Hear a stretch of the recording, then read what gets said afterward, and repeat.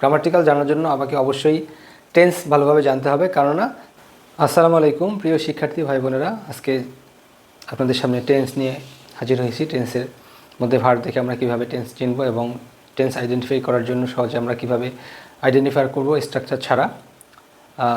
এই জন্য আমরা শুধুমাত্র ভার্বকে ফাইন্ড আউট করে সহজে টেন্স চিনব। এবং টেন্স যেহেতু আমাদের সকল কাজেই right from verbs, voice, transformation sentence, narration ইত্যাদিতে সকল ক্ষেত্রে আমাদের টেন্স খুবই গুরুত্বপূর্ণ ভূমিকা পালন করে। এবং টেন্স না জানলে ইংলিশ গ্রামারের কোনো কিছু আমরা জানতে পারবো না এবং কনভারসেশন করতে পারবো না, স্পোকিং করতে পারবো না। এই জন্য অবশ্যই আমাদের টেন্স জানতে হবে এবং টেন্সের বেসিক কনসেপ্ট ক্লিয়ারলি জানার জন্য আজকের এই ক্লাসটি। তো চলুন শুরু করা যাক। তো আমাদের টেন্স 3 প্রকার: present tense, past tense, future tense. প্রত্যেকটা টেন্স 4 প্রকার: প্রেজেন্ট ইনডিফিনিট বা simple, present continuous, present perfect, present perfect continuous, first indefinite, past continuous, past perfect continuous, future indefinite, future continuous, future perfect continuous. অর্থাৎ প্রত্যেকটা টেন্সের individual কিছু সংকেত বা চিহ্ন রয়েছে যেগুলো দেখে আমরা সহজে চিনতে পারবো। এবং টেন্সের ভিতরে আমরা শুধুমাত্র ভার্ব দেখেই ফাইন্ড আউট করবো যে কোনটা কোন টেন্স, এবং খুব সহজেই সেটা বের করতে পারবো। প্রথমত যে আমাদের কোনো সেন্টেন্সের মধ্যে ডু, ডাস, ভার্বের সঙ্গে এস বা ইএস অথবা ভার্ব 1 থাকে, তাহলে বুঝে নেবো যে এটা প্রেজেন্ট ইনডিফিনিট টেন্স। তবে এগুলোর যে কোনো একটি থাকতে হবে, একাধিক থাকলে হবে না। যদি একটি থাকে যে আমি ভেবে নেব যে এটা প্রেজেন্ট ইনডিফিনিট টেন্স। যদি সেন্টেন্সের মধ্যে ডিড থাকে এবং অথবা ভার্ব 2 থাকে, ডিড অথবা ভার্ব 2 থাকে, দুটো একটা থাকে এবং অন্য কোনো অক্সিলারি না থাকে, তাহলে আমরা নিশ্চিতভাবে ভেবে নেব যে এটা ফার্স্ট ইনডিফিনিট টেন্স। যদি সেন্টেন্সে শ্যাল বা উইল থাকে এবং প্লাস ভার্ব 1 থাকে, তাহলে বুঝে নেব এটা প্রেজেন্ট ফিউচার ইনডিফিনিট টেন্স। অর্থাৎ সেন্টেন্সের মধ্যে ডু, ডাস, এস বা ইয়েস বা V1 অর্থাৎ ভার্বের সঙ্গে এস যুক্ত অথবা ভার্ব 1 থাকে, তাহলে সেটা প্রেজেন্ট ইনডিফিনিট টেন্স। সেন্টেন্সের মধ্যে ডিড অথবা ভার্ব 2 যদি থাকে, ভার্ব 2 থাকে, তাহলে সেটা পাস্ট ইনডিফিনিট টেন্স। এবং সেন্টেন্সে শ্যাল বা উইল এবং ভার্ব 1 থাকলে সেটা হচ্ছে future indefinite tense. Present continuous tense, present কন্টিনিউয়াসের সাইন হচ্ছে am, is, are plus verb 1 plus ING. অর্থাৎ সেন্টেন্সে এম, ইজ, আর থাকবে এবং তারপরে ভার্বের সঙ্গে আইএনজি থাকবে। যদি সেন্টেন্সে এম, ইজ, আর এবং তার সঙ্গে ভার্বের সঙ্গে আইএনজি থাকে, তাহলে সেটা প্রেজেন্ট কন্টিনিউয়াস টেন্স। এবং এম, ইজ, আরের পাস্ট ফর্ম কিন্তু ওয়াজ ওয়ার।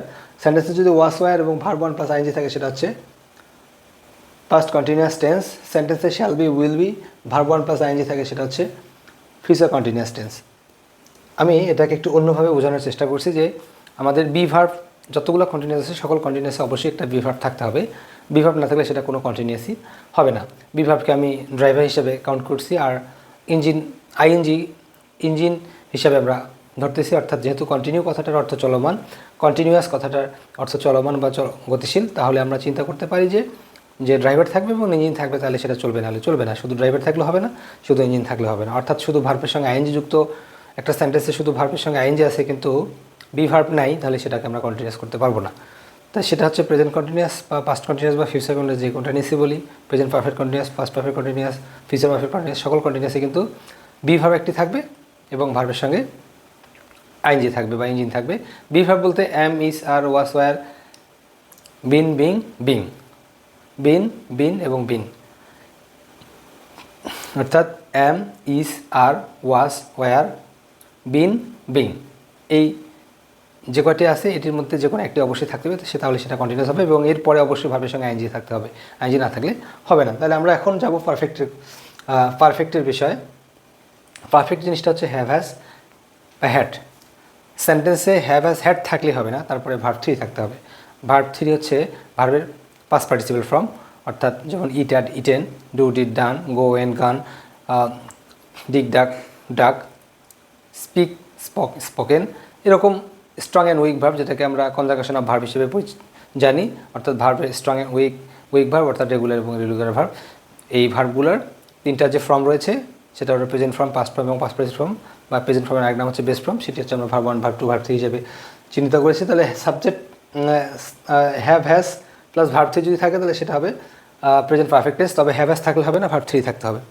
শুধু হ্যাভ, হ্যাজ থাকলে সেটাকে আমরা পারফেক্ট বলতে পারবো না। হ্যাভ, হ্যাজের পরে যদি ভার্ব 3 থাকে, তাহলে সেটা আমরা প্রেজেন্ট পারফেক্ট বলবো। হ্যাড হচ্ছে হ্যাভ, হ্যাজেরই পাস্ট ফর্ম, তাহলে এটা অবশ্যই পাস্ট পাস্ট টেন্স। হ্যাডের পরে আবার ভার্ব থ্রি থাকলে সেটা হচ্ছে পাস্ট পারফেক্ট টেন্স। এবং শ্যাল উইলের সঙ্গে যদি হ্যাভ থাকে তারপরে ভার্ব থ্রি থাকে তাহলে সেটার নাম হবে ফিউচার পারফেক্ট টেন্স এবং পারফেক্ট কন্টিনিউয়াস। তার মানে পারফেক্টও থাকবে, পারফেক্ট সাইন হিসেবে আমরা হ্যাভ হ্যাজকে চিন্তা করতে পারি যে পারফেক্টও থাকবে এবং বি ভার্বও থাকবে, এই দুটো থাকবে প্লাস ভার্বের সঙ্গে আইএনজি থাকবে, তাহলে সেটা কন্টিনিউয়াস হবে। এই জন্য এটা প্রেজেন্ট পারফেক্ট কন্টিনিউয়াস হচ্ছে হ্যাভ বিন হ্যাজ বিন। এই বিন হচ্ছে আমার be verb, have been has been verb one plus ING, have been বা হ্যাজ বিন থাকবে, ভার্ব ওয়ান প্লাস আইএনজি থাকবে, তার নাম হবে present perfect continuous. Past perfect continuous হচ্ছে had been verb one plus ING. Future perfect continuous হচ্ছে shall have been will have been plus verb one plus ING, তাহলে সেটা হবে ফিউচার পারফেক্ট কন্টিনিউয়াস। অর্থাৎ সকল কন্টিনিউয়াসে আমাদের অবশ্যই যেটা থাকতে হবে সেটা হলো একটা বি ভার্ব এবং ভার্বের সঙ্গে আইএনজি। সহজে আমরা মনে করতে পারি, তাহলে আমাদের সকল কন্টিনিউয়াস হয়ে যাচ্ছে present continuous, past continuous, future continuous, present perfect continuous, past perfect continuous, future perfect continuous. এগুলো হ্যাভ প্রত্যেকটাতে আমাদের একটা যেমন চেনার সহজ পদ্ধতিগুলো বললাম সেটা সহজে চিনে আমরা সহজে ফাইন্ড আউট করতে পারবো। বিশেষ করে এখানে আমি কিছু এক্সাম্পল দিয়েছি, যেমন প্রেজেন্ট ইনডিফিনিট টেন্সের এক্সাম্পল হচ্ছে he reads a book, I do my homework, they eat all the apples. এখানে রিড ভার্বের সঙ্গে এসিএস যুক্ত করছে, আর অন্য কোনো অক্সিলারি ভার্ব নেই, তাহলে এটা প্রেজেন্ট ইনডিফিনিট টেন্স। এখানে ডু ভার্ব একাই রয়েছে, এই জন্য প্রেজেন্ট ইনডিফিনিট টেন্স। ইট ভার্ব ওয়ান একাই রয়েছে, এটা এই জন্য নাম হচ্ছে প্রেজেন্ট ইনডিফিনিট টেন্স। এখানে read subject third person singular number থাকার পরে ভার্বের সঙ্গে এসিএস যুক্ত করা হয়নি, এই জন্য এটার নাম হচ্ছে পাস্ট ইনডিফিনিট টেন্স। অর্থাৎ রিডের পাস্ট ফর্ম এবং পাস্ট পার্টিসিপল ফর্ম একই, এই জন্য এরপরে এসিএস যুক্ত করলে এটা প্রেজেন্ট ইনডিফিনিট হয়েছে, তো এসিএস যুক্ত না করার কারণে এটা পাস্ট ইনডিফিনিট হয়েছে। এই যে ডিড এবং ইট ভার্বের পাস্ট ফর্ম হচ্ছে অ্যাট। এখানে শ্যাল উইলের পরে ইট, শ্যালের পরে ডু, উইলের পরে ইট। এম ইস আর এর মধ্যে যে ইস প্লাস ভার্বের সঙ্গে আইএনজি, এম প্লাস ভার্বের সঙ্গে আইএনজি, আর প্লাস ভার্বের সঙ্গে আইএনজি হয়ে কন্টিনিউয়াস হয়েছে। ওয়াস প্লাস ভার্বের সঙ্গে আইএনজি, ওয়াস প্লাস ভার্বের সঙ্গে আইএনজি, ওয়ার প্লাস ভার্বের সঙ্গে আইএনজি হয়ে গেছে পাস্ট কন্টিনিউয়াস। ফিউচার কন্টিনিউয়াস যে be plus ING, be plus ING, shall be will be, be plus ING. Perfect টেন্সে হচ্ছে রিড এবং রিডের পাস্ট পার্টিসিপল ফর্ম একই, এই জন্য has plus ING, has plus verb three, had plus verb three হচ্ছে present perfect, এটা হলো past perfect. এই যে shall have plus verb three বা will have, shall have will হ্যাভের পরে verb three, will have plus verb three.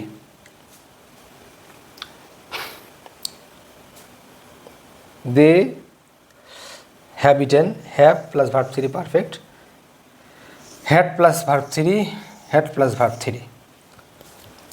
Perfect কন্টিনিউয়াসে has been বা have been verb one plus ING, had been verb one plus ING, shall have been will have been verb one plus ING. তাহলে আমরা এই ভার্বগুলো দেখে আমরা সহজেই চিনতে পারবো যে এটা কোন টেন্স। অর্থাৎ আমরা স্ট্রাকচার না জেনেও শুধু ভার্বগুলোকে ভালোভাবে চেনে, স্ট্রাকচার অনেক সময় আমরা না থাকতে পারে, কিন্তু আমাদের গ্রামাটিক্যাল জানার জন্য আমাকে অবশ্যই টেন্স ভালোভাবে জানতে হবে, কেননা যে জানে না টেন্স তার নাই সেন্স। ধন্যবাদ সবাইকে।